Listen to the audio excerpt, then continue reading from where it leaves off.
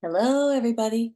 This is Teresa, and I just got a text from Corran. Sounds like he'll be able to join at 2 o'clock.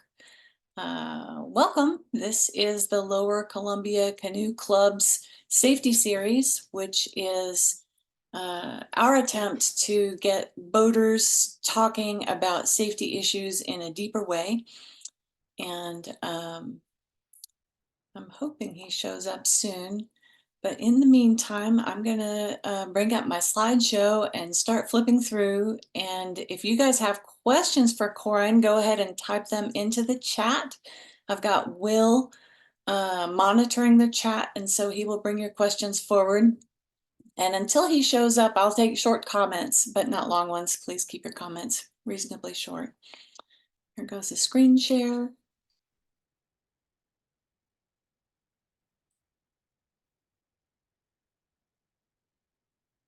This is the International Whitewater Scale of Difficulty. This is the one that we're all using, and it should be pretty familiar. And this is Addison's scale. Have you guys watched the video? Show of hands, or any way you can tell me if it was a yes or a no. Have you seen the video?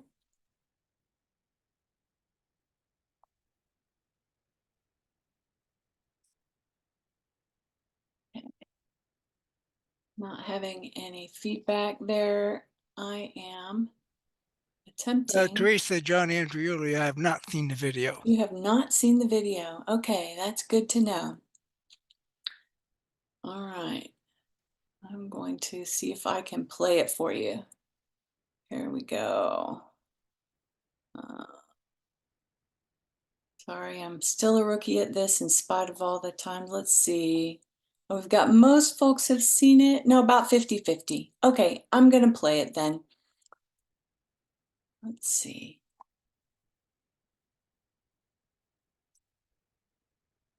Here we go.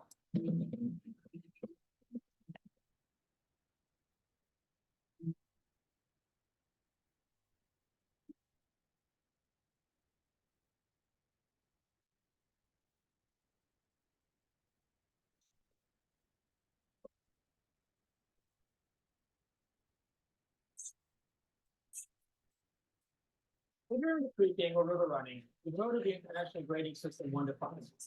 It sucks. The reason why is because it combines the elements of difficulty and danger and exposure into one number. What this means is it tells you nothing. The new system that most people are using now is a system which separates difficulty and danger and exposure into 3 separate categories. And one can be difficult with no real element of danger, a series of waterfalls into deep pools. Another one can be fairly easy, with a fairly high level of danger, a wave train with an undercut in the bottom of the left. The last and equally important thing with the new system is exposure.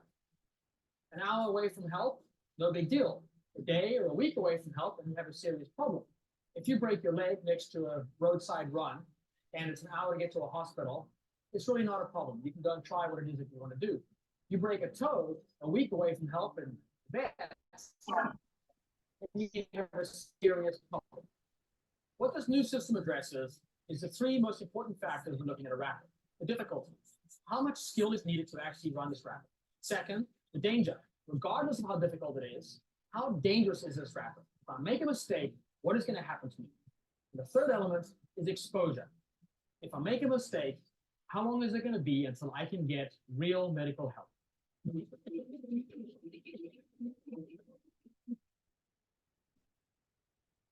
The rating system is currently broken from 1 to 6. Feel free to add on to this as need be. Class 1 is essentially flat with some current. No maneuvering is required at all. Class 2, there is some current, there are a few obstacles, and some maneuvering is required, but nothing that a beginner can't really deal with. Class 3 has numerous obstacles, but there's a great distance between those obstacles. Significant maneuvering is required, but you've got lots of time. A beginner can't go out and run Class 3, but it's not that difficult to do. Class 4 is difficult. There are obstacles everywhere. The veins are less defined. There are some drops. There are some turbulent eddies. Significant maneuvering is required, and you don't have a lot of time. Basically, For most people, you need to get out and scout this before you can run it. But if you're at the top end of the level, you can run it by eye or boat scout it on the way down. Class 5 is serious. It is very, very difficult. There are obstacles coming at you from all angles and all sides. There's no real defined line down the rapid. Things are coming at you. There's trees, there's rocks, there's holes. The eddies are undefined. There's currents that are pushing you around. Significant maneuvering is required to run Class 5. And nobody, not even an expert, can really run Class 5 on the fly and without scouting. An expert paddler may, if he gets swept into a Class 5 rapid, be able to navigate his way through, but it's not going to be pretty. Class 6 is, for all practical purposes, nearly impossible to run smoothly. It is extremely difficult. It is Class 5 multiplied. The obstacles come at you faster than you can identify them. The rapid is destroyed. There's stuff going in all directions. Nothing is defined. There's no real defined line through the rapid. An expert, no matter how good he is, cannot run a Class 6 rapid, even on the fly, even out of control. He is going to get into trouble somewhere. You have to scout a Class 6 rapid. It does require significant skill, and the technique to run it, even if you're extremely good, is very, very hard. I personally have run very few Class 6 rapids. They are bad.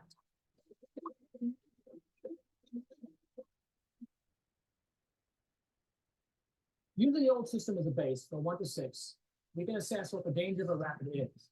You must remember that danger is the most likely scenario. Anything can happen. You can slip on the bar soap in your shower, but it's not very likely. So when assessing a rapid and assessing how dangerous it is, think about what is the most likely scenario that will happen to me if things go wrong, if I blow it the level. 1, there is no danger. You're fine. 2, danger is minimal. Bumps and scratches, nothing of real note. You don't have to be worried about. 3, fairly serious injury, shoulder dislocations, perhaps significant bleeding, minor bone breakage, thumb, things like that. Basically, even if you're in the middle of nowhere, it's going to be a problem, but it's not the end of the world. 4, danger is serious. Major bone breakage, serious bleeding, concussions, things like this, a broken leg. Basically, the ability for you to leave and walk out has been eliminated. You need to be either helped out of an area or you need to be within a few hundred meters of a road that you can straighten yourself up. The 4 is extremely dangerous, extremely difficult. 5, the danger is serious. Spinal damage, major bleeding, a cut artery or something like that, where you literally have minutes. You've perhaps swum and you've lost consciousness, and CPR is needed. Nobody's in any condition to do anything off the CPR. 5, the danger is severe, is extreme. Death is likely. When you make a mistake in a rapid, which is a danger rating of Class 5, the most likely scenario is that if you are not seriously injured, you will die. 6 is very simple. You die. You make a mistake in Class 6, you die. Obviously, I've never made a mistake in Class 6 because I'm not dead.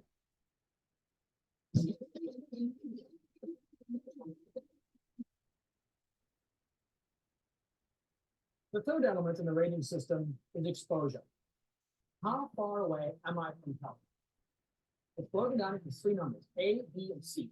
Now, you're not going to use this when you're describing every rapid on the river. You don't have to say this is an A or this is a B or C. You use the element of danger when you're describing a general run. Somebody says to you, I want to go run.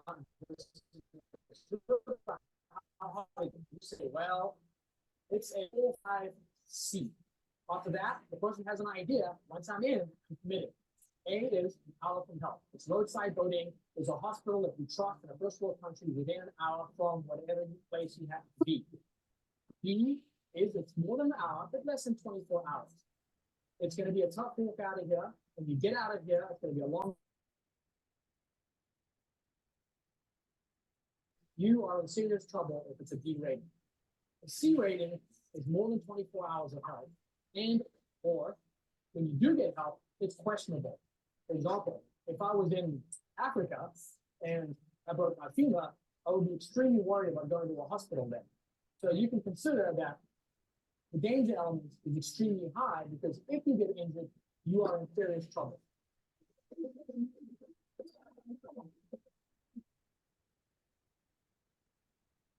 So to recap, the system reads like this. How difficult is this rapid? Do I have the skills necessary to run it? 2, if I blow it, but don't make my line. What is the most likely scenario that's going to happen to me? And 3, if I get injured, how long is it going to take me to get help? And is that help any good? Good examples of how you would use this system would be Niagara Falls, 2-6A. Class 2, technically, not very difficult, paddle over the top. 6, because basically if you blow it, you're going to die. I mean, you're not going to come out with a bunch of scratches. And A, you're in a major tourist center. Help is right there if they do manage to get your body out. Another example is the Zambezi in Zimbabwe, the 2-5B. Technically, class 2, it's really not that tough. It's a big flume that is charged on the middle. If you swim, you can get recirculated in really bad eddies or eaten by a crocodile.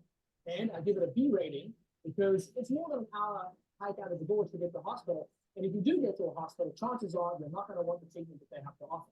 So you need to keep this in consideration. You get to a raft on the Zambezi, you look at it, you go, well, I can probably make it through there. If I don't, there's a clock that lives in the pool down below. Well, please taking my leg off. I'm going to end up in the hospital where they're going to inject me with a needle that's infected with HIV.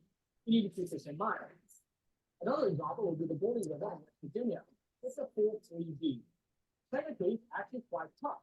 And what I mean by this is it's quite tough to have a good line through.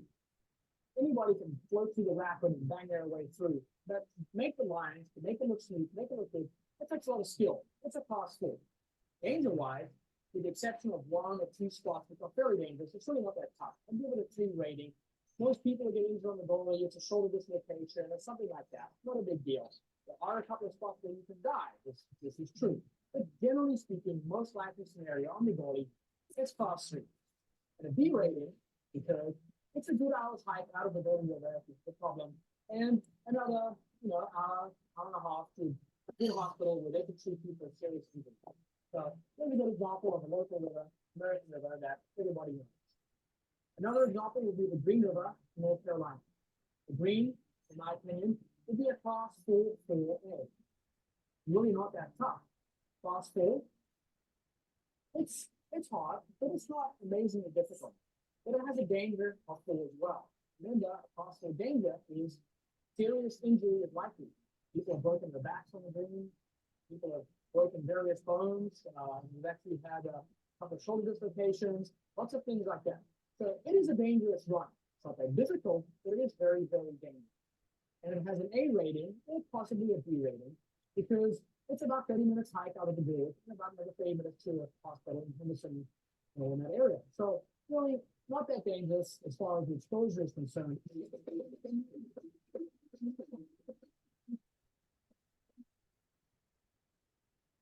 So what does this mean to you with paddling? Let's say, for example, you are a class 4 paddler and you're looking at a rapid or a river run, which is a class 5-3A. Well, you want to improve your skills. You want to move up a notch. You want to push your abilities.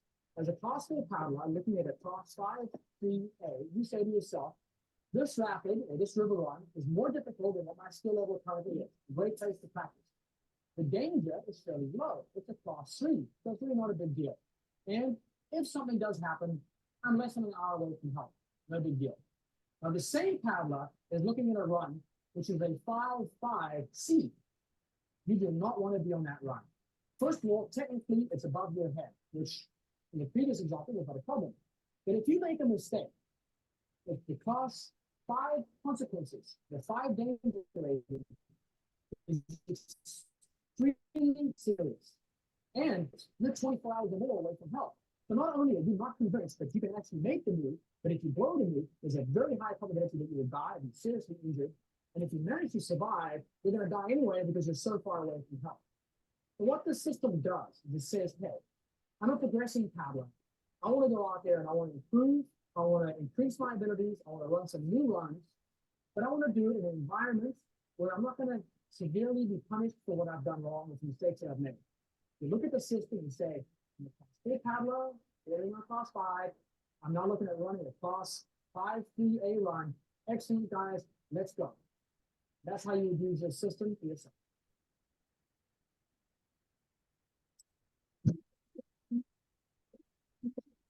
Excellent. I believe we have Corran on here. Let me see. Yes, we do. Hello, everybody. I want to stop this. Aha. Got it stopped. Hi, everybody. Hi, Corran, are you there? Can I hear you? Yes, I am here. Can you hear me? Yes, I can. Excellent. So looking at this video again, have you got any changes in your thinking since you recorded this? It's been a while. Um, no, I mean, possibly the only thing really that I would consider changing would be for the A rating. I said an hour away, but honestly, most places, an hour is kind of, you're on the limit, right? Because by the time get to shore and get organized and, everywhere is going to be right at an hour. Even if the hospital is 15 minutes away, it's still going to be an hour. So really you should be, an hour or two away. So it's relatively rapid. It's before hypothermia can kick in or, things like this. So, maybe that, an hour or two away rather than just being an hour away for the A rating. But then I think, from there to approximately 24 hours, in other words, same day, is a whole different story from next day. Yeah. Getting to medical help next day or getting to medical help, which is suspect. Um, you know, but no, I think the fundamentals of the system stand. Of course, there's going to be arguments about all sorts of things. Is the upper Gauley really just a class 3 consequence? There are sieves everywhere. There's lots of, places where you could possibly drown. But when you look at the number of rafting customers who fall in every single weekend during Gauley season, and there's 1 or 2 deaths a year, but there's thousands of them swimming down that river, honestly, it's not that dangerous. So again, it's going to be one of those things to where, in the system, I say, well, what is the most likely outcome of making a mistake, rather than what is the worst case scenario outcome? And that's come up before, and it's come up in discussions, where, well, maybe it should be worst case scenario, not most likely. And I go, well, worst case scenarios, you can drown in your bathtub. That's a worst case scenario, but it's not very likely. So that's why I went with most likely. But, is there a middle ground? How do you define that? It always comes down to definition, right? How do you Yes. define it so that it's consistent everywhere amongst all groups of paddlers who don't know each other, who have no contact with each other in different parts of the country or the world? It's got to be something which I can go to New Zealand, use the system with people that I've never met, and we're talking the same language. Right. So, That's what we need. And standardization, objectivity really is the hard part. yeah, and there's subjectivity to the objectivity, of course, right? Because, what I consider a technical class 3, someone else might, disagree with that. I think it was 1990, I hand paddled the Green River in North Carolina for the first time. And most people think it's because I wanted to prove that you could hand paddle the Green River, and it wasn't that at all. Driving up to the river, I was working on this scaling system, this rating system for rivers, and I was discussing with the people in the car. I think it was Bob McDonough and Woody Calloway, and some other of the big name people from the time.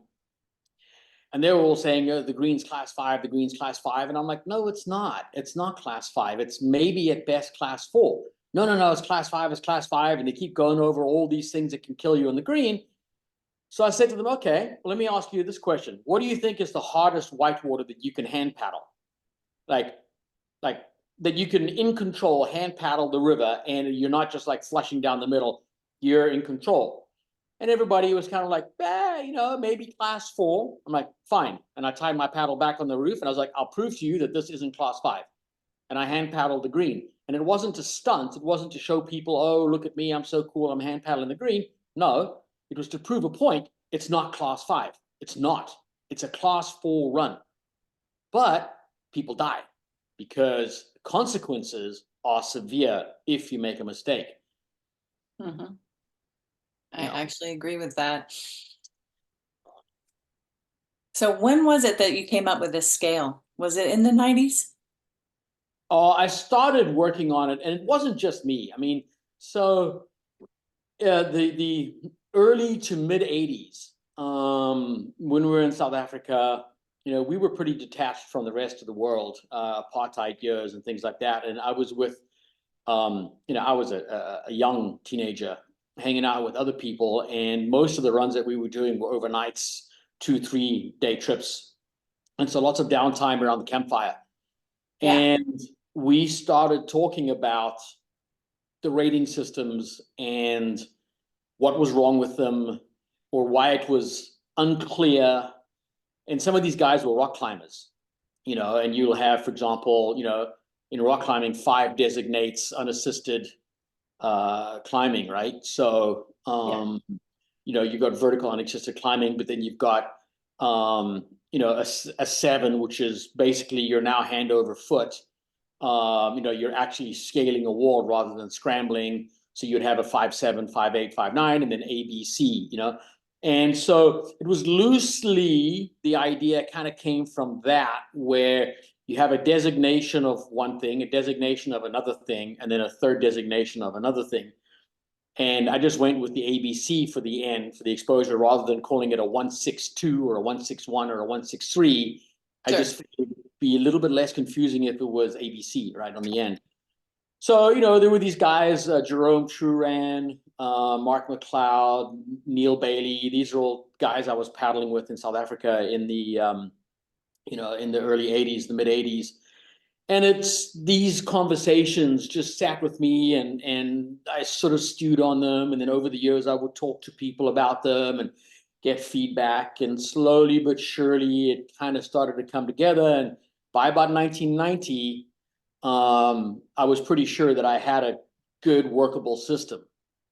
And like I said, that day that I hand paddled the green was basically me trying to explain the system to people in the car, and nobody in the car thinking that it was necessary. Well, no, it's just class 5. We kind of cover everything.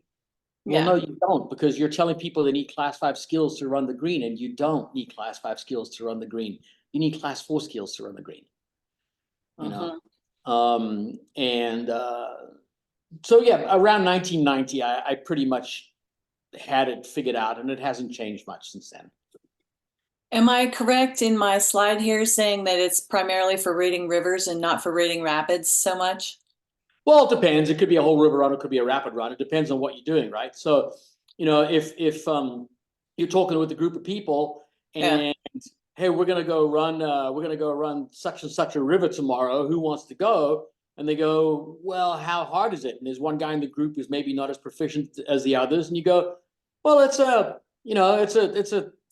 4-5B. And the guy goes, a whole run? That's kind of 4-5B. I think that's a bit much for me. Like, class 4 is sort of the upper limits of my skill level. And if it's class 5 consequences for 12 miles, maybe I shouldn't be on that run. Whereas if you go, it's like a 4-3B, the guy's like, oh, okay, so it's going to be challenging, but if I'll be okay if things go wrong, or I do take a swim or whatever, right? But you could also say to people, for example, oh yeah, there's the river's it's a 3-4B, the run, but then there's one canyon in it that is a 4-5. C. It's a 4-5C, because once you're in that canyon, if something happens, it's a vertical canyon, and it's really hard to get out of. And if you decide to walk the canyon, it's going to take you 2.5 hours to drag your boat around that canyon. So the rest of the run is relatively easy with relatively low consequences, but there is one set of rapids. And they go, oh, geez, a 2.5-hour portage, maybe I'll give it a pass, Or, oh, there's, it's a 200-meter, 300-meter long canyon, and I'll check it out when I get there, and I'll make a decision when I get there whether or not I want to run that rapid. And if I don't want to run it, then it's going to take me 30 minutes to walk around it. And if everybody doesn't mind waiting that 30 minutes, then sure, I'll go. If the rest of the run's going to be this, and there's only one rapid that's going to be that. So you can kind of apply it as needed, like we do now. I mean, people go, oh, it's basically a class 4 run. There's 2 class 5s on it. It's the same thing, except that you're giving more information. Yeah. Any other rivers you can rate off the top of your head? I mean, That we would know. Yeah, well, like I just said the Uber, like say bridge to 49, right? So bridge Yeah. to 49, I mean, it's a class 4, technically. It's not that hard, you know. We've run it in sort of glorified playboats, you know, 1990s style, you know, playboats. You know, I ran it in Sure. a hammer and a whippet, and you know, you're just not running real class 5 in a playboat. I mean, I Right. don't think you are. Well, and But that's there's only some a class. undercuts in there.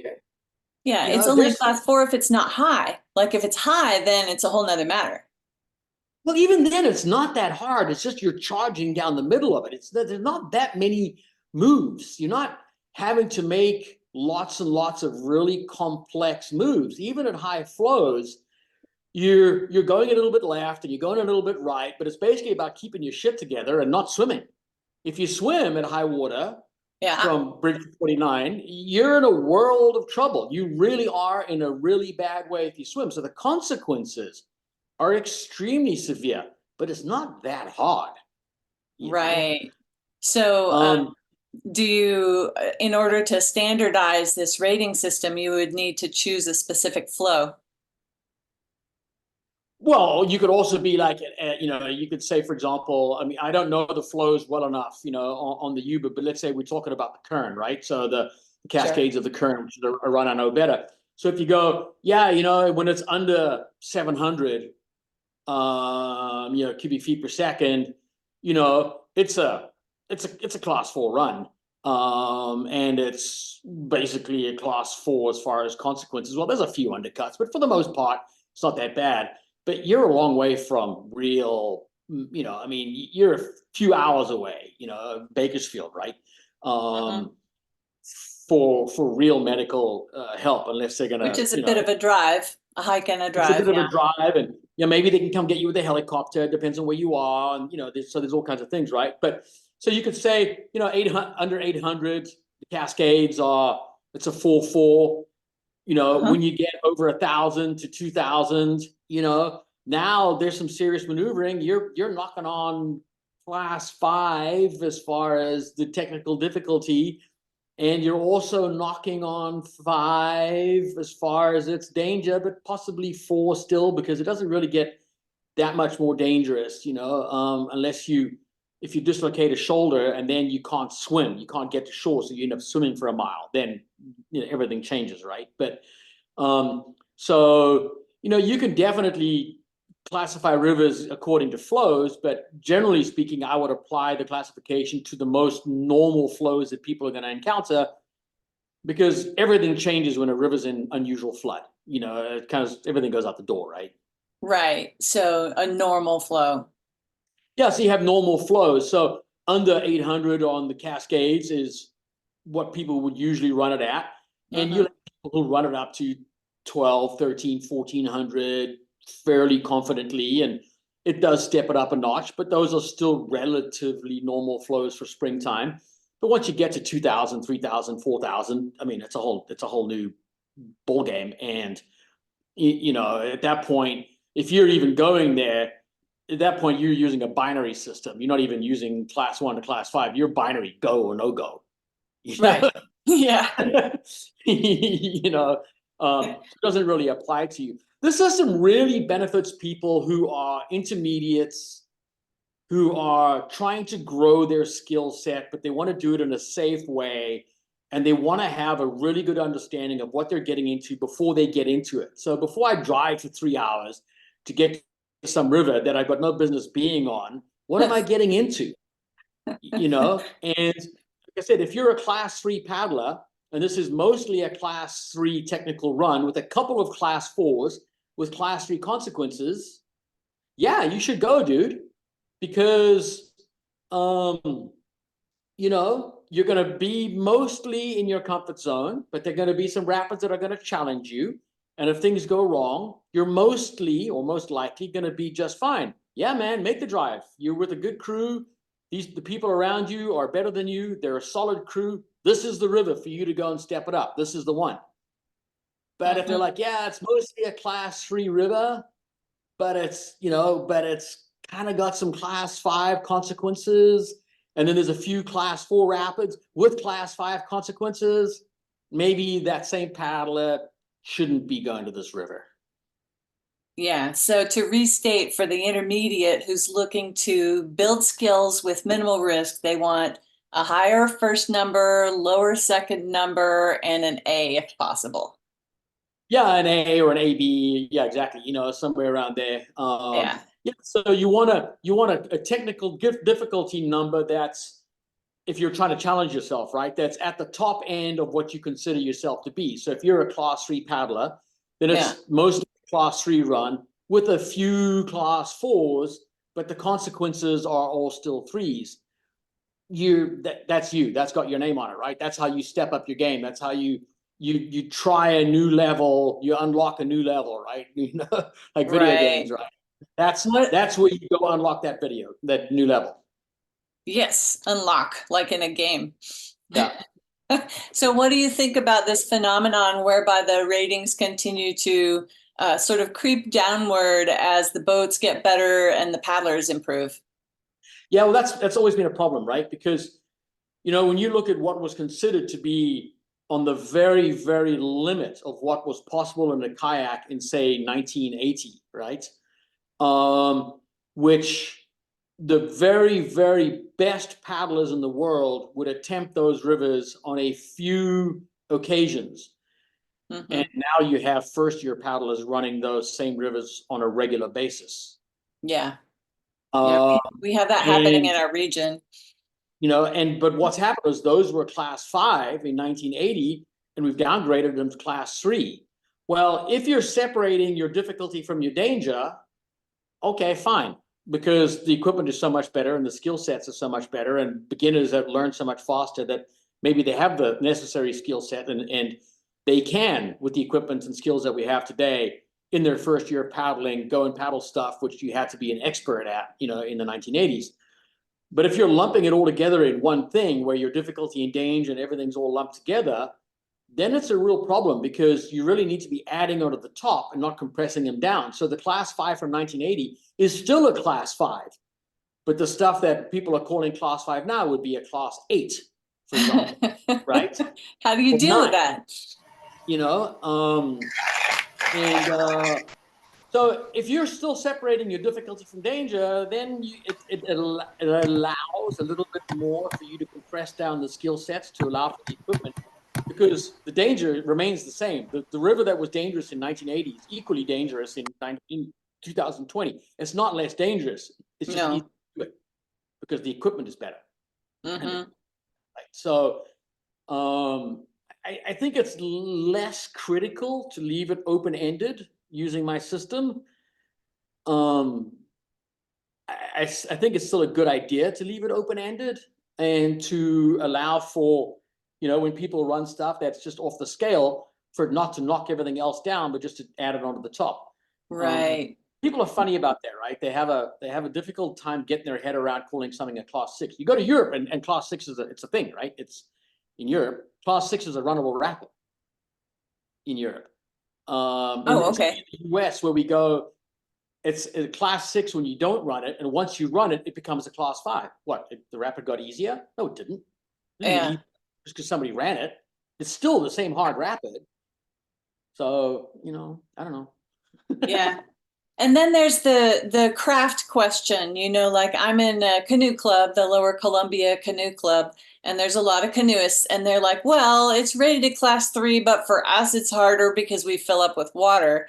Or there was a death that happened on the Hood River a few years back because somebody in a raft had rated the Lower Hood River a class 2, but it's very continuous. And when something's very continuous, I tend to give it a +1 just for continuousness. And then you add more water and it's even another +1, perhaps. Well, that's where your danger comes in, right? So it remains a class 2.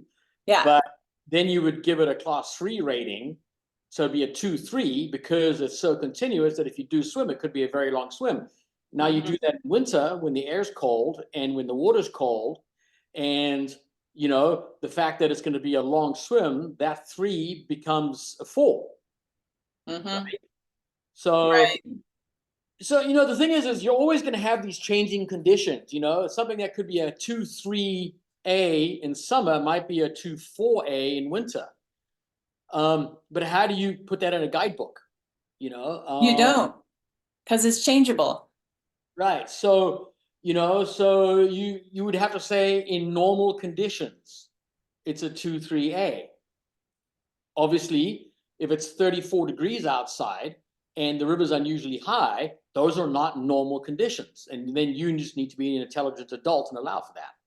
Right. So what you're saying is that everybody that gets into boating needs to be able to assess the changing conditions and adjust the ratings accordingly. Eventually, ultimately, yes. Obviously, when you're getting into boating, you're going to be relying on the people who have been doing it for longer, Mhm. who are more equipped to make those kinds of assessments. If you've only been boating for 2 months, you're simply not equipped to make those kinds of assessments. Mhm. And it's always going to be relative to the best paddler in your group, right? So you could have a group of, paddlers who've been paddling for 2 months with one guy who's in the group who's been doing it for 20 years, and you've got a really solid understanding. Or you could have 5 people who've all been paddling for 2 years. Mhm. So there isn't that one expert, but everybody has a slightly or a more developed sense of understanding than the guys that have only been paddling for a month. So again, there's never going to be a way to put down on paper any kind of a system that's all encompassing for all conditions, for all people, all the time. It's just not possible. There's always going to be a subjectivity, and there's always going to be required an intelligent, educated analysis of what this rating means in the real world. And all this rating does is it gives you more information than saying it's class 4. It's class Mhm. 4 is just way too subjective. Why is it class 4? What? And the guy that wrote the guidebook said it's class 4. Okay, but why? Why was this a class 4 to him? And when you say, well, actually, it's a 4-3A. Okay. Now I have a better understanding. Technically, it's a class 4, but there's really not that much danger involved. Or actually, it's a 3-4B. Oh, so it's not that hard. It's a pretty easy run. But if you mess up, things could go sideways relatively quickly. So all it does is mean that when you're reading the guidebook, you just have a better understanding of why the river has been given a rating that it's been given. At that point, you still need to use common sense. Agreed. But you have more information with which to apply that common sense than just it's a 4, which is a complete thumbs up because you have no idea why. Well, hopefully the guidebook has a few paragraphs explaining the why part. Yeah, but that's an assumption. And then the other thing you get into is when you're with a group of people, hey, we're gonna go run the North Fork of the American tomorrow. You guys want to go? I don't know. What is it? It's like 3-4. 3-4 what? Like what's 3? What's Like, is it 3 with 1 4, or is it, yeah, what is it? or with a couple of 3s, or is it you're just not sure? You've never paid been there. attention to how many undercuts there are, and it wasn't particularly challenging for you. So it's a 3-4. You should be okay. Right. So you grew up paddling on the Zambezi, is that right? No, I didn't grow up paddling the Zambezi. The Zambezi, we didn't know about that until the mid '80s. Oh, what were you paddling when you were a kid? We were down in South Africa, so we were paddling the Tugela and the Nkomas and the Ngani and the Buffalo and the rivers in South Africa. Yeah, Wikipedia says you were doing like expedition boating with your dad in glass boats. Yeah. So we would do these expeditions into the Kalahari and Namib deserts and also up in Lesotho, and then all through KwaZulu Natal. There weren't a lot of roads around the rivers, so there were some river runs that were single day runs, but the vast majority of the stuff that we did was multi-day, just because of access points at the time. Yeah. It wasn't until 80. I think the first time we ran the Zambezi was 86. Sobek by then was already rafting on the Zambezi. They'd done, I think it was 82, 83. They did their first reconnaissance run.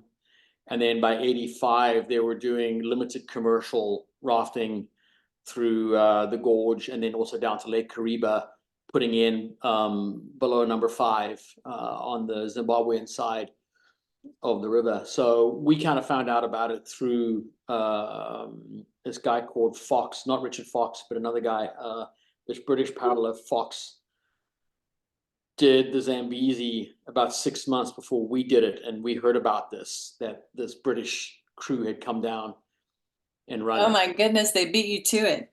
Yeah, yeah, and so we heard about it through, through them, and then for us it was a drive, right? We just drove up, Nice. to run it. Yeah. Is it true it's about to get dammed up?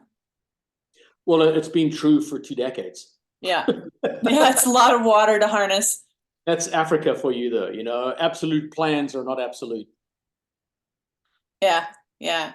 So coming back to the rating question, American Whitewater had a group of experts sort of get together and try to make all these benchmark rapids that are at a very specific water level that are supposed to be, a benchmark for that rating. And the one that I know the best is Nantahala Falls, which is supposed to be a benchmark class 3. What do you think of that? I mean, it doesn't seem to be very well known or used, but neither is your system. Yeah, so the Nantahala Falls class 3 is pushing it. I mean, You give it a 2? yeah, you can How go. about a 2+? You can go down the Nantahala Falls on a Costco rubber duck. Well, yeah, you can run lava falls on a Costco rubber duck. Right, but it's also a straight. Because lava's a straight shot, right? You just Right. jump in on the right-hand side. It's a straight shot. There's no skill required. Yeah. The reason why it's got a higher rating is because on the Nantahala Falls, you could get banged up if you swim. Right after the falls, it gets really shallow, and you can get banged up, right? Yeah, and there's a foot entrapment spot, and there's a little hole that's actually a keeper, and it's got things. There's no keeper there. There's a little thing that'll recirculate you for half of a second before it'll let you go. There's no. We used to swim all the time. Longer. Just down. When I was slalom racing, just for giggles. Yeah. I've swam around in there myself. Yeah, so it's but there's a little bit of a sort of a left to right move that you got to do. So it's not class 1 because it's not just a straight shot. There's a little bit of a maneuver where you come in on left of center and then you're moving right of center, and you've got to do that at the right moment if you want to have a clean run. But on the other hand, you can also just paddle straight down the middle, hit the hole at the bottom, say a Hail Mary, and you've got 1 out of 2 chances of making it through, even if you have a terrible run and you're air bracing the whole way down, and you'll just come out the bottom. That's not class 3.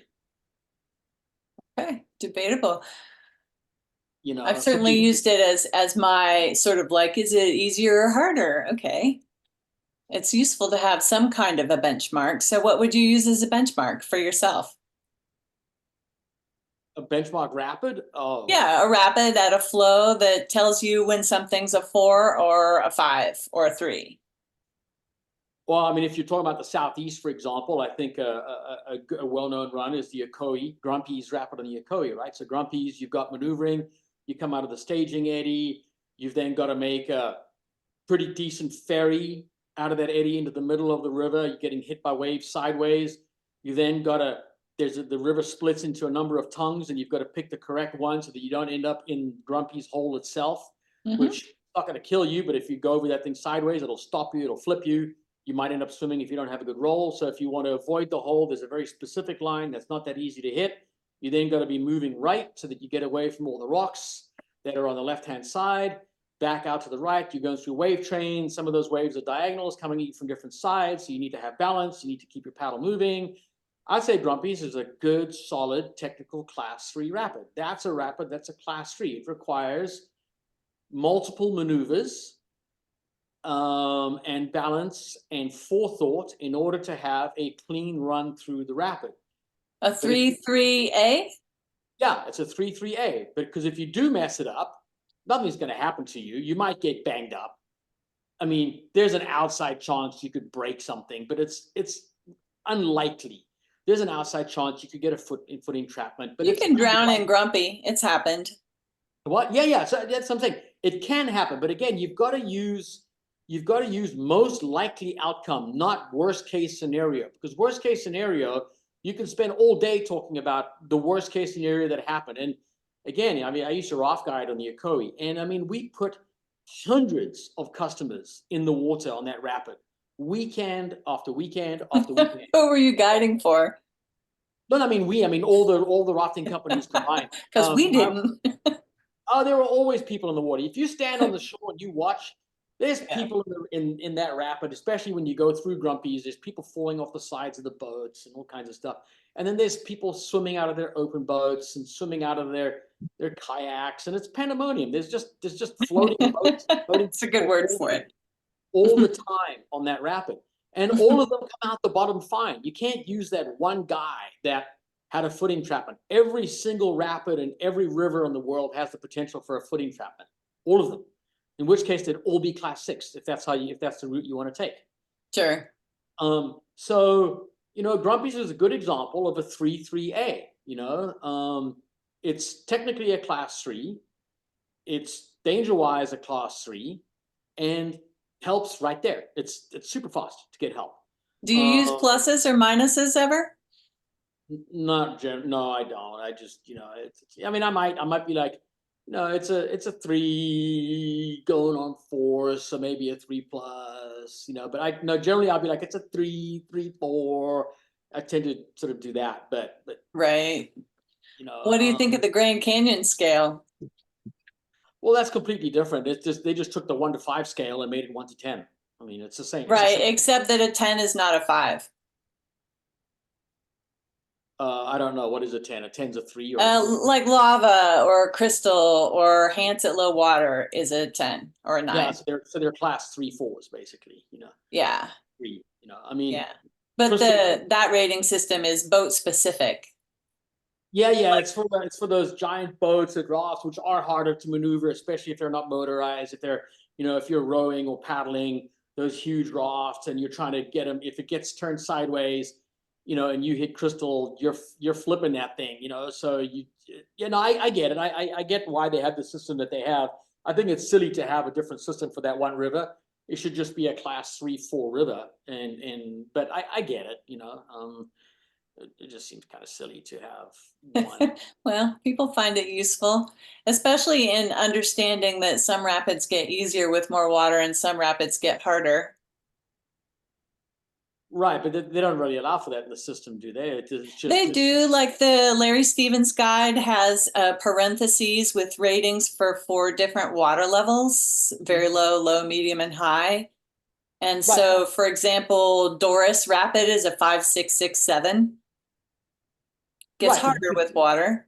You could say the same thing about any river. That's not unique to the Grand Canyon scale. Not at all. You know, you could say that with anything, to where, you know, sinks on the Pigeon, you know, it's a 2 or 3 or a 4 or a 5, depending on the flow, you know, because as it comes up, that hole gets really big and mean and bad, and you know, and so that applies to all rivers, that the rapid difficulty. But then there's other rapids that get easier as the water comes up, right? You get to, you know, Jaws on the Nolichucky, and you know, it gets harder and harder and harder, and then it starts getting easier and easier, and then it washes out.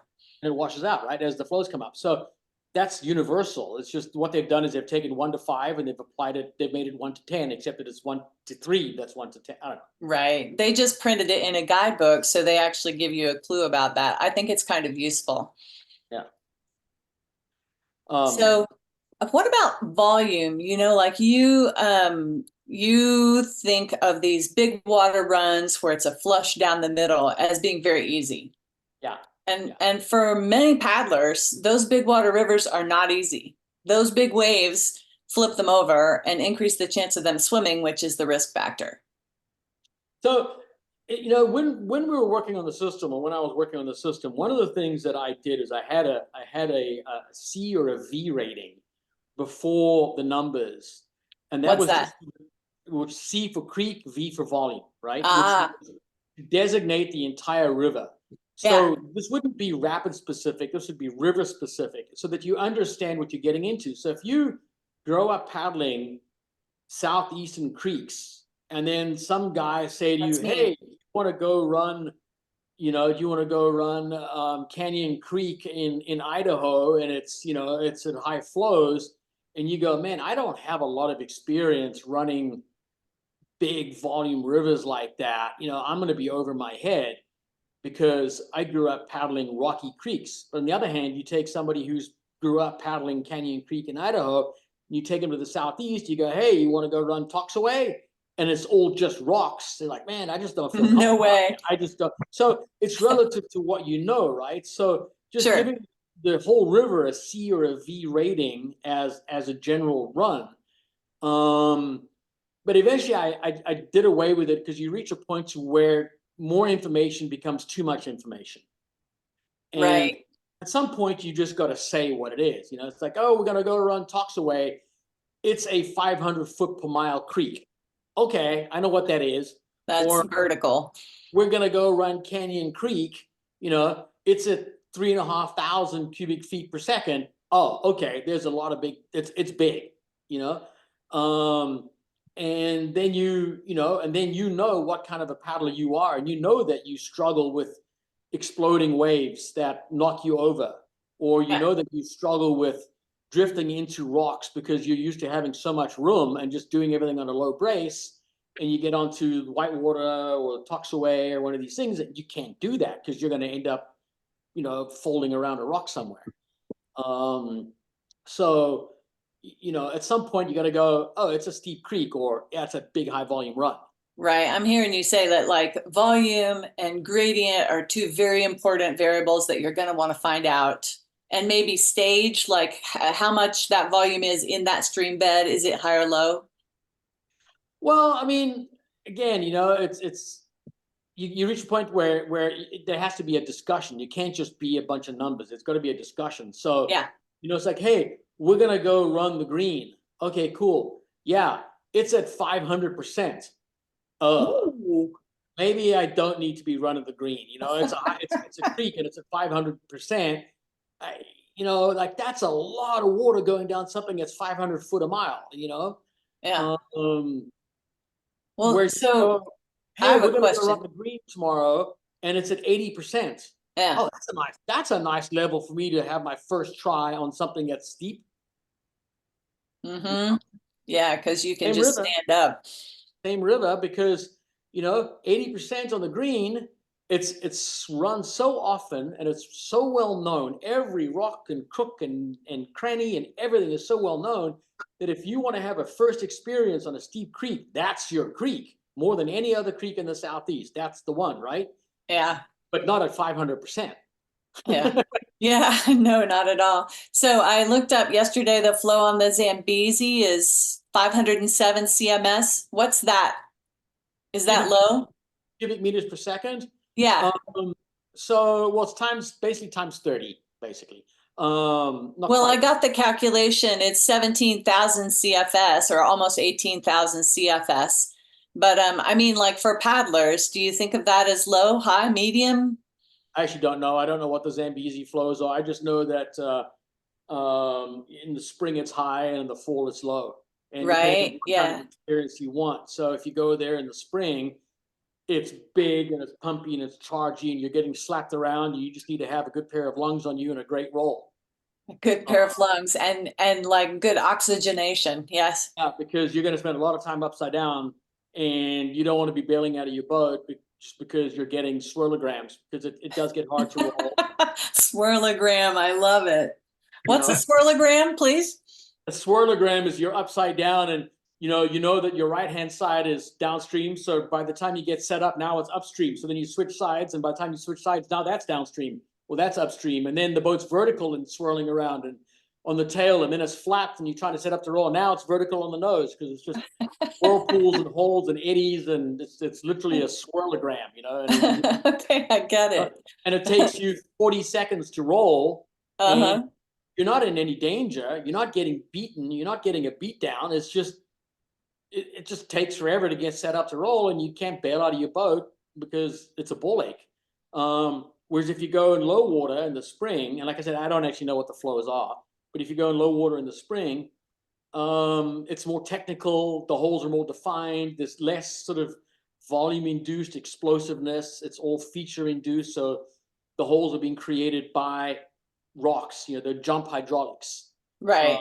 As opposed to the hydraulics are forming because you've got water backing up, creating a hump, which then other flows are flowing over, creating a hole, which 10 seconds later just disappears and something else appears somewhere else, Yeah, I get it. Oh, here's another question for you. Is the improvement in our communications technology changing the risk of river running? Well, people are certainly running harder stuff sooner because there's more knowledge, there's more paddlers of higher skill sets. The equipment is so much better than it ever was. The skill sets are so much better than they ever was. Yeah. And the rivers are just as dangerous as they ever were. Yes. But the ability to technically manage the rapids has increased significantly. So you have people with less experience running more dangerous rivers than they've ever done before because of increased knowledge, better equipment, better skills, better everything, right? So, and we're seeing the deaths too, right? We're seeing more boater deaths. Well, at least that's my understanding. We're seeing more boater deaths than we've ever seen. And it's not because the sport has grown. The sport is smaller than it was during the 90s. There's fewer people paddling now than in the 90s. So we have fewer people paddling, but a higher rate of accidents. On whitewater. On whitewater, yes, whitewater. Yeah, there's definitely a lot of recreational kayaks that get lumped in and skew the numbers. Yeah, sure. I'm talking whitewater. Yeah, because you got people going out and getting hypothermia in wreck boats, right? But Yeah. Or getting caught in trees at floodwater in the summertime. Yeah, exactly. Yeah. So can you see the screens that I've got going or not? Yes, I can. Okay. Because I took all the text out of Wikipedia and I boiled it down to what I think is like the timeline of your life, but I know that Wikipedia is not the final expert.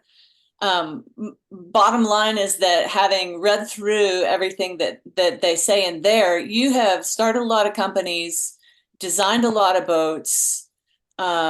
You introduced planing hulls to whitewater boats, it sounds like, not from there, but from other sources. And a pretty impressive career overall.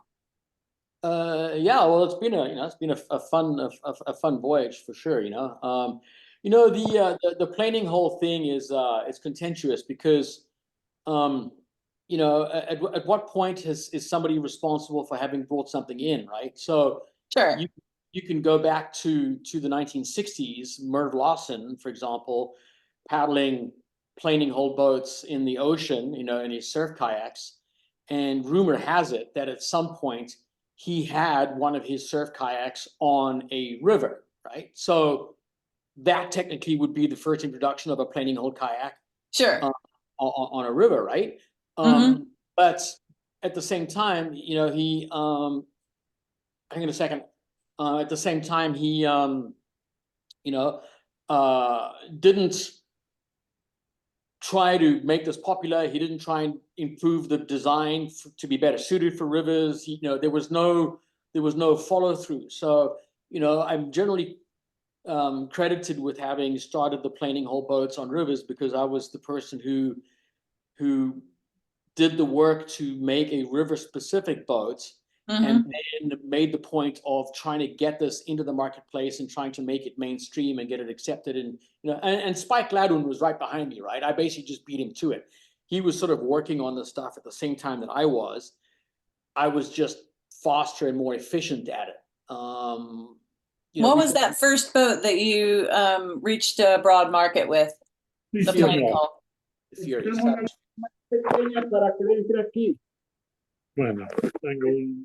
Whoever that is, please mute yourself so I can hear Corran. What was your first planing hull boat that reached a broad audience? It was the Fury. The Fury yeah. Fury was the first planing hull boat. And and Spike was working on the Necky Rip at the time. And the Rip came out at the same time as I came out with the Riot Hammer. So that was my second planing hull boat. which reached a way broader market. The hammer was way better suited for a much broader market. That, hang on a second, I gotta, just give me a second here, sorry. It's all right.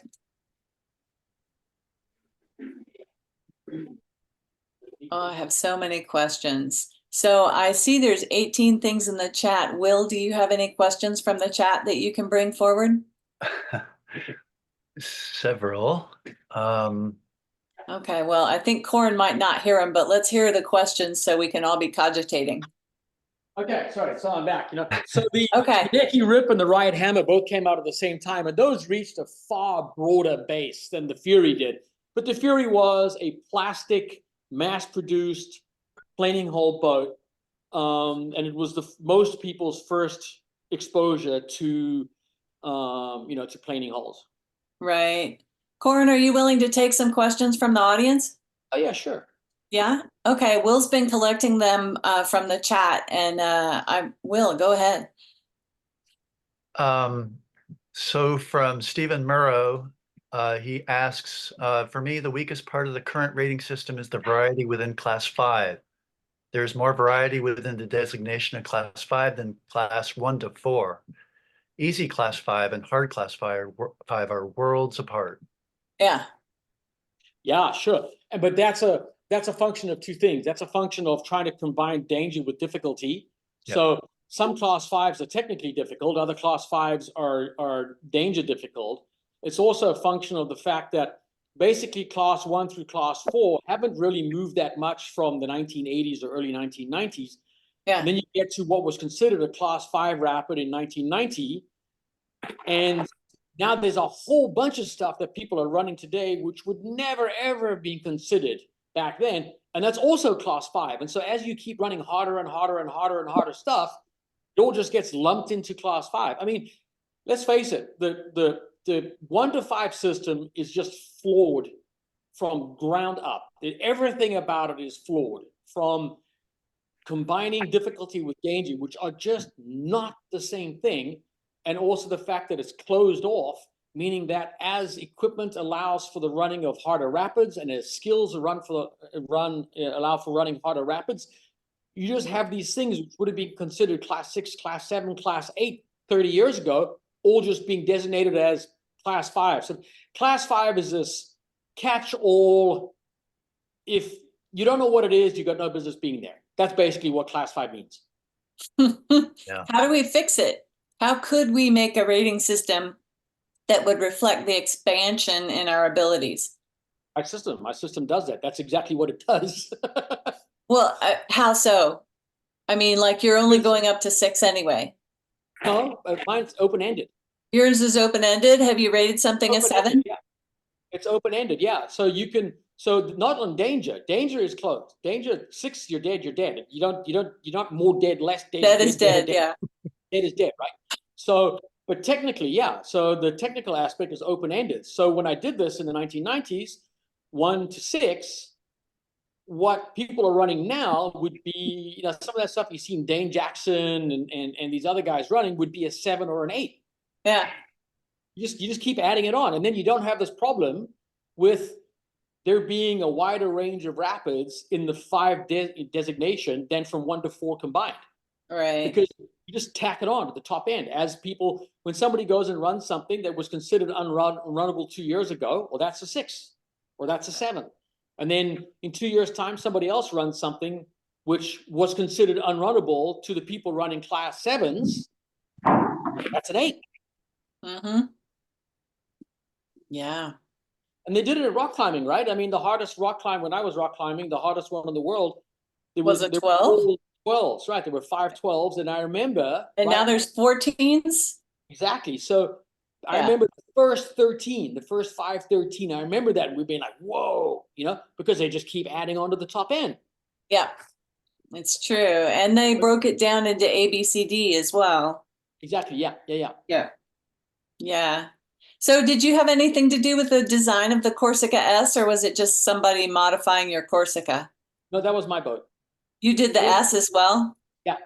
Okay. And the All Matrix. right. And the Corsica Matrix. All right. I've got all these. Oh, so the inevitable Looking Glass Falls question. Was it really shallow, like they say on Wikipedia, or did you just land too flat and get a compression fracture? No, I landed exactly how I intended. It was 5 feet deep at the bottom. So Oh, yeah, so we didn't know, it's easy, you look back now and when we know, and that's the moment that we knew, right? So we didn't know how big of a drop you could go off of mhm. and land flat and your body simply not be able to withstand the forces that are exerted on it. Right. Because we'd landed flat off of 30 footers and 40 footers, and you're like, oh, okay, that was like uncomfortable, but okay. And not penciling in, but like dropping in at 45 degrees, we were starting to get whiplash a little bit, Jeff Snyder got a bit of a whiplash in his neck when he ran some 40-footer, and he went in at about 45 degrees, and we're like, oh, okay. So 45 degrees puts like this whiplash effect on you. So that maybe is not ideal. You either want to pencil in or land completely flat. And Looking Glass is 78 feet or 76 feet or something like that tall. And, Pretty tall. we just didn't know. So my goal was to land completely flat so that I wouldn't whiplash. So I knew I didn't want to whiplash, and I knew I didn't want to pencil in. Oh, wow. From a technical perspective, it was a perfect run. I ran it exactly. You did what you meant to. Yes, I did exactly what I intended to do. Mm-hmm. Problem was that my body simply couldn't withstand the forces. And in that instant, the entire kayaking world knew you can't boof a 70-foot waterfall. That's when Right. Now we know. Now we know. Right. So now you know. So you don't do it again, right? And nobody's done Right. it. Not intentionally. Yeah. Yeah. How about this bottom question? What was the rule change at the 97 freestyle championships? Because the glide was an unfair advantage somehow? Yeah, I mean, so what happened was in the 96 Worlds, planing hole boats were, when they did the rules for the 96 pre-Worlds, planing hole boats didn't exist, right, in 96. And so we kind of knew that these maneuvers were coming, but not really. And so we showed up at the 96 Worlds in boats that were able to flat spin and do some blunts and do these other things. Yeah. And there was no way of scoring it. So there was a meeting held after the pre-Worlds in 96 where it was decided that all the countries would contribute to including new judging criteria for the new maneuvers that were starting to happen. And this was, flat spins and blunts and shove-its and all these other various moves that were being done on green waves. Right.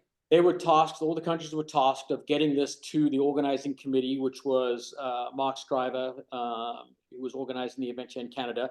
And you had to get him the rules by the end of December or the beginning of December of 96.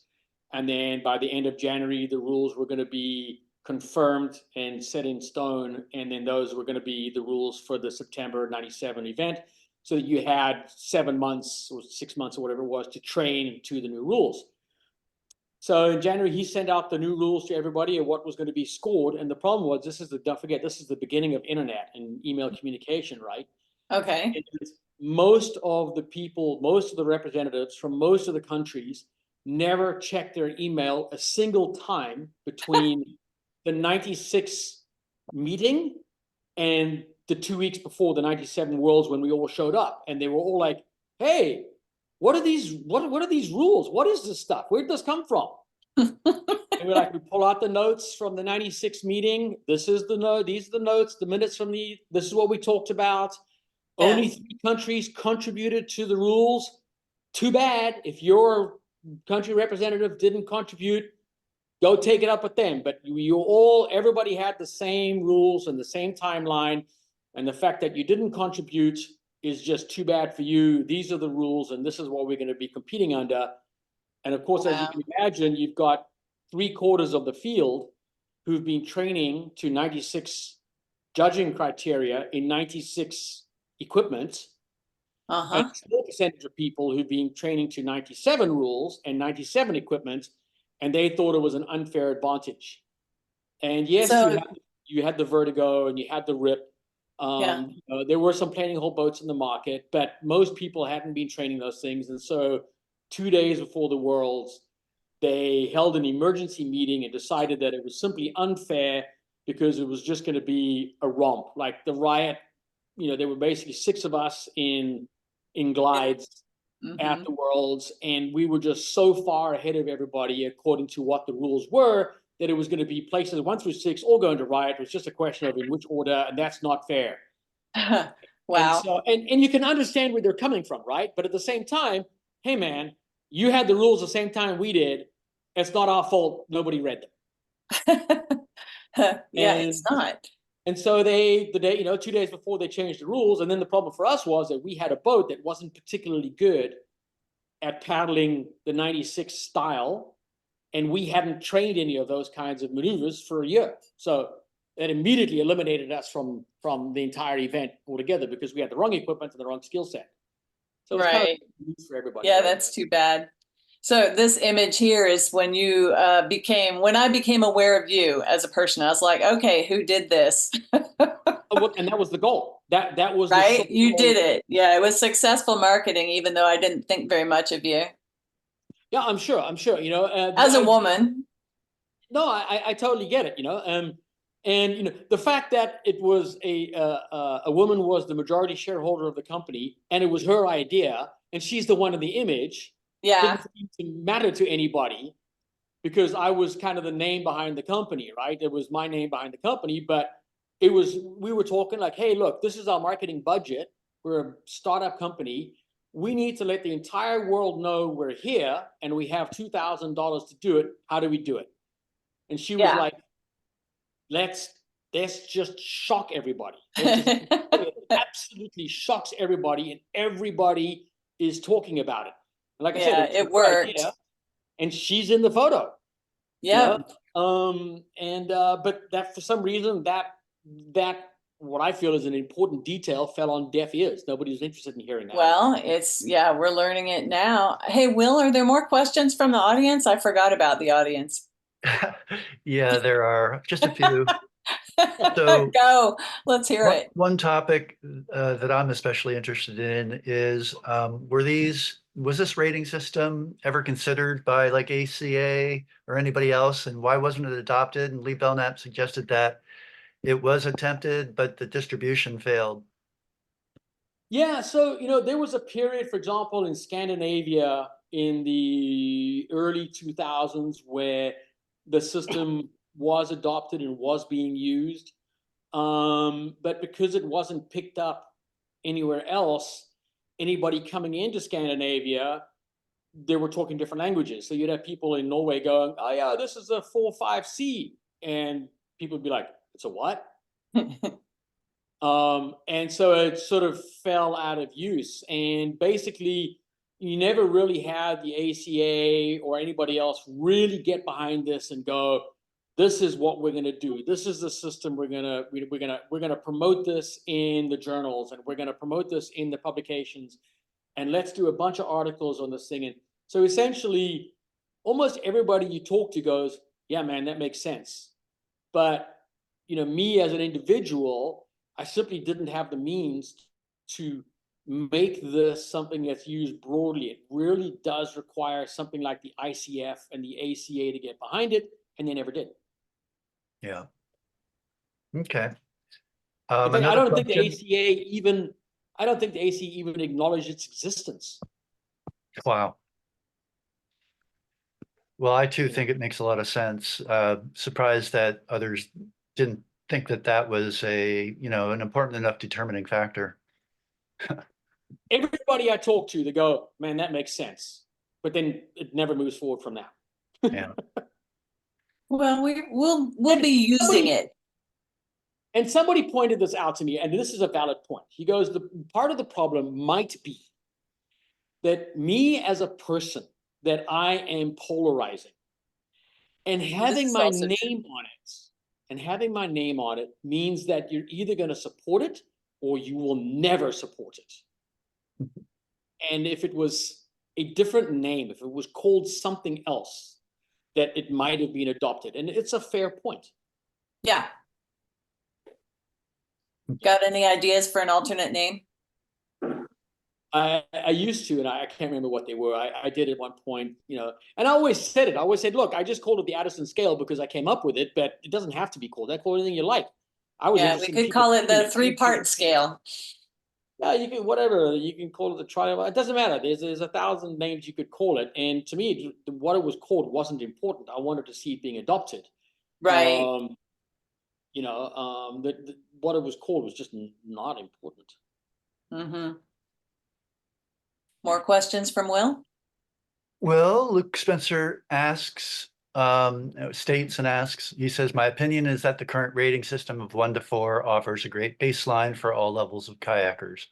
As paddlers get more experience, they can make educated decisions based on their experience. Okay.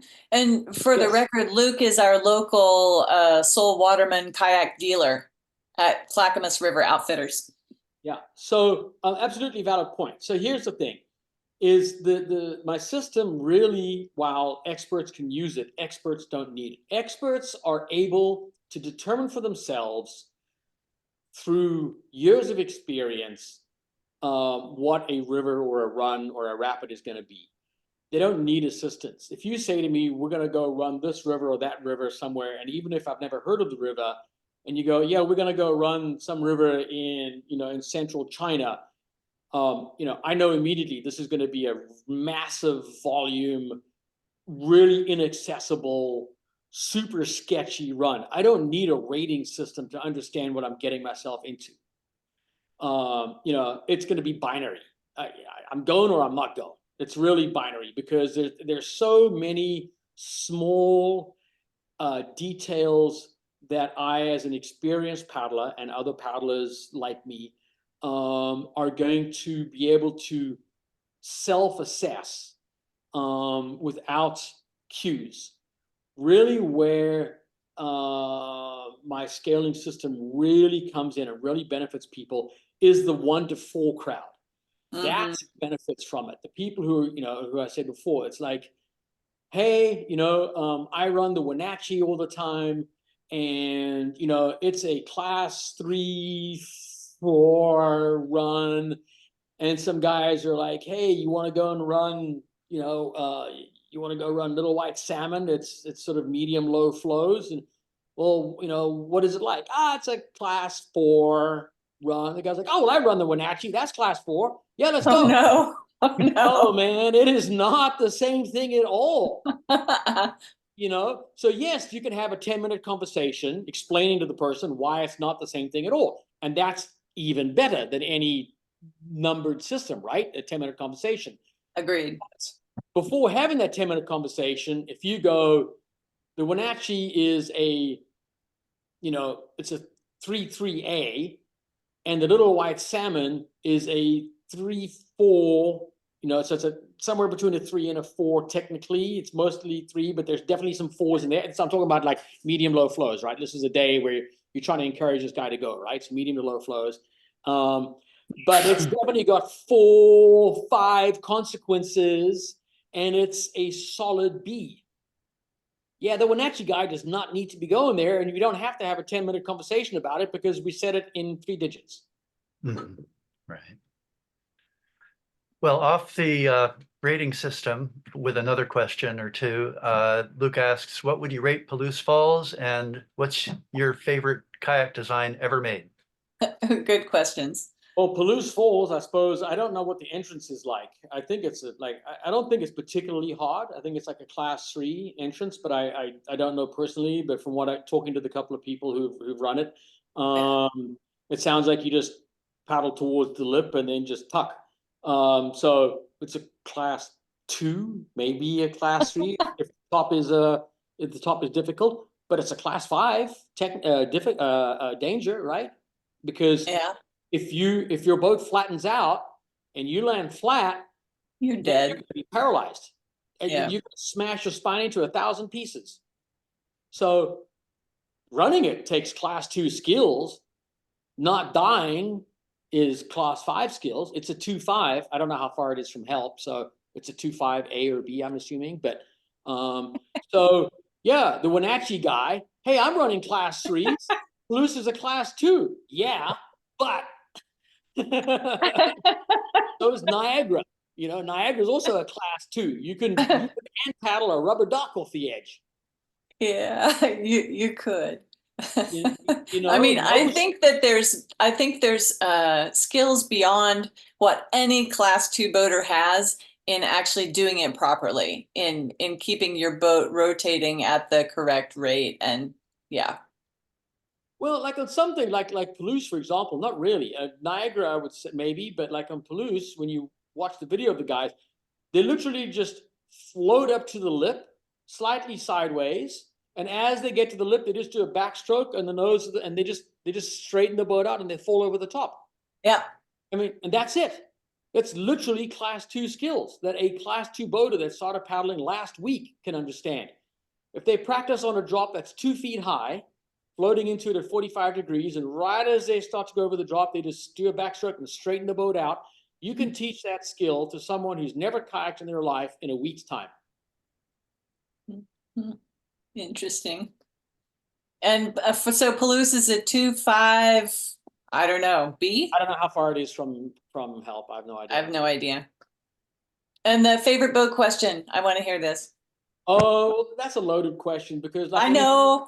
right? It's like what mine, you know, it's like I have favorite boats for the way that I was paddling at a certain point in time, or that were the most challenging to do, you know. So it was the boat that was the most difficult and complex for me to bring to market, because there were so many technical challenges involved with the boat, or is it the boat that I've had personally absolute most fun in, or is it the boat that has sold the most number of units and was the most universally accepted and loved, you know, around the world? How about today? If you were paddling instead of talking to us today, what boat would you take out? Well, it depends on where I'm going. Like if I'm going into the Lachines, for example, which is where I live, Okay. I'm taking a 303. 303.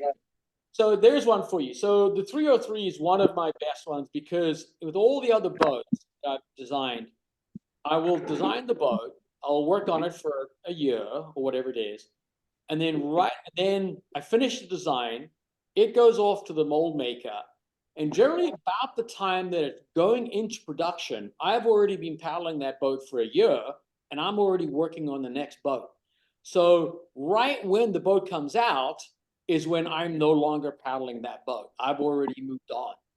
Right. The one boat that's been an exception to that, there've been a few, but the one that's really is the 303. I came out with the 303 6 years ago. It's still my go-to boat. Oh, nice. All right. That does say something. You know, so, but that's largely to do with where I paddle most of the time and where I live, you know, so. Absolutely. Any more from Will in the audience?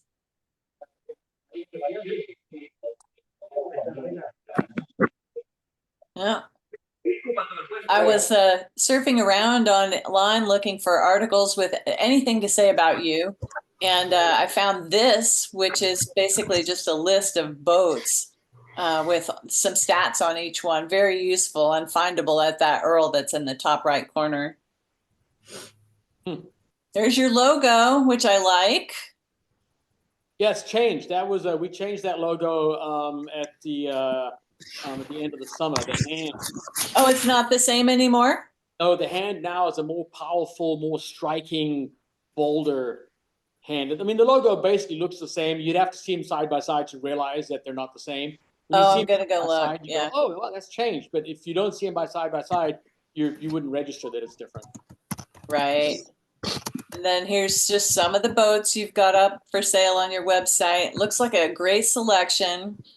Here's Luke, our local boat dealer that has some of your boats available for demo. Yeah, Luke came on board with us this year, and I'm stoked about that because, you know, we have a lot of traffic on the website from the Pacific Northwest. But it's the same thing, you know, people want to, even if you can't try every model, you just want to sit in the boat and feel how it feels because our outfitting is quite different from everybody else.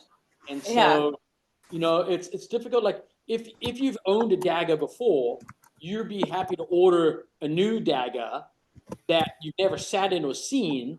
because you already know how their boats feel as far as the outfitting is concerned, so you know what you're getting into. Whereas if you've never sat in any Soul boat before, it's like this It's unknown so hot thing, here, man. right? It's making So me having sweat. Luke come on board was really key.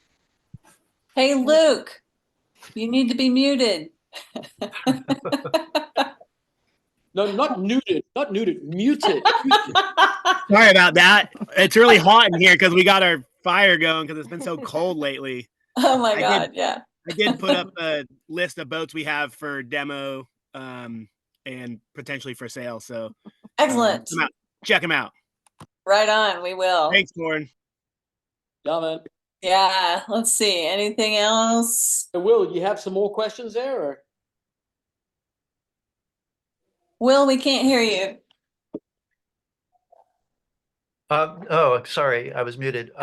Yeah, if I've missed anything from anybody in the audience, feel free to pipe in. But that's about it for questions. Some were repeats. Yeah, I would expect that. What year was Calyx born? 2014. Okay. So Oh, he's getting big now. Yeah, he is. And so one of the things when you ask what's my favorite boat question, also I circle back around to the mini me, even though I've never been able to paddle the mini me personally because The mini me is the one that you made for kids? it was the first one. It was the smallest boat that we've done. It was the first boat that we did. Kylix was he wasn't even 2 years old when I started working on the mini me, and I was putting him. I had a spray skirt that I cut an extra hole in the front of my skirt and put a second tunnel into it, and I had a piece of foam in between my legs. He would sit on this piece of foam like a pedestal in the second tunnel of a skirt, and I would paddle with him between my legs. But as he started approaching 2 years old, he was getting in my way. Like he was getting big enough to where it was getting harder for me to paddle and maneuver. And then he was always wanting to sit in my boats and grab a paddle and paddle by himself. And I was like, I'm gonna do a boat his size. And when I started looking at the scale of things, I was just like, this thing is absolutely tiny. And the very first prototype mini me that I made him was smaller than the production one. It was tiny, this boat. And I was like, there's no market for that. So I scaled it up a little bit when I made the plastic boat, because as soon as people saw him and his little prototype, there were all sorts of people like, oh, I want one, I want one, I want one. But that's got to be one of my best boats because, first of all, the joy that it brought me personally to introduce my son to kayaking at an age which I would never have been able to, because, when I learned to kayak, we had 5 meter long, downriver boats that, that's what they were. And, I could barely grip a paddle, and they were 2 meter long paddles with a diameter shaft, I couldn't even get my hands around. And so, for me personally, being able to introduce my son into kayaking, and the fact that I've been able to kayak with him, he's 10 years old in a couple of days' time, and I've already got 8 years of paddling with him. The mini me was the boat that started that. And then so many parents, so many people, people who they haven't even given birth yet, like couples find out that they're pregnant and they order mini me. And then I have pictures of like the wife with this big belly holding the boat. And then, months later, I get a photo and it's like this miniature week-old baby wrapped in a swaddle lying in the seat of the mini me. And these parents they can't wait to get their kid in the boat, to get them on the water. And that's pretty rewarding. So the mini me was one of the boats that I was kind of thinking about when I said the 303 for those reasons, right? Right? Yeah, good reasons. I mean, my first boat was a cut down Mark IV, Lettman Mark IV, and man, a mini me would have been way better. Yeah, I mean, I was in a Prion high. 1974, it was a 1974. Oh, you started before I did. I got my first kayak I started in 76. I started in 76, but I think it was a 74 or 75 Prion downriver boat. We started paddling the same year. Yeah. All right. Any other questions from the audience? Jack Ray, got a question? Yeah, Luke has a question. Yep. Got another Yeah, I one was from just- Luke. Yeah, I was just wondering, Corran, in regards to like sales and direct to consumer, how you feel like that's changed kind of the industry in regards to, brick and mortar and sales, and just kind of your quick thoughts on that.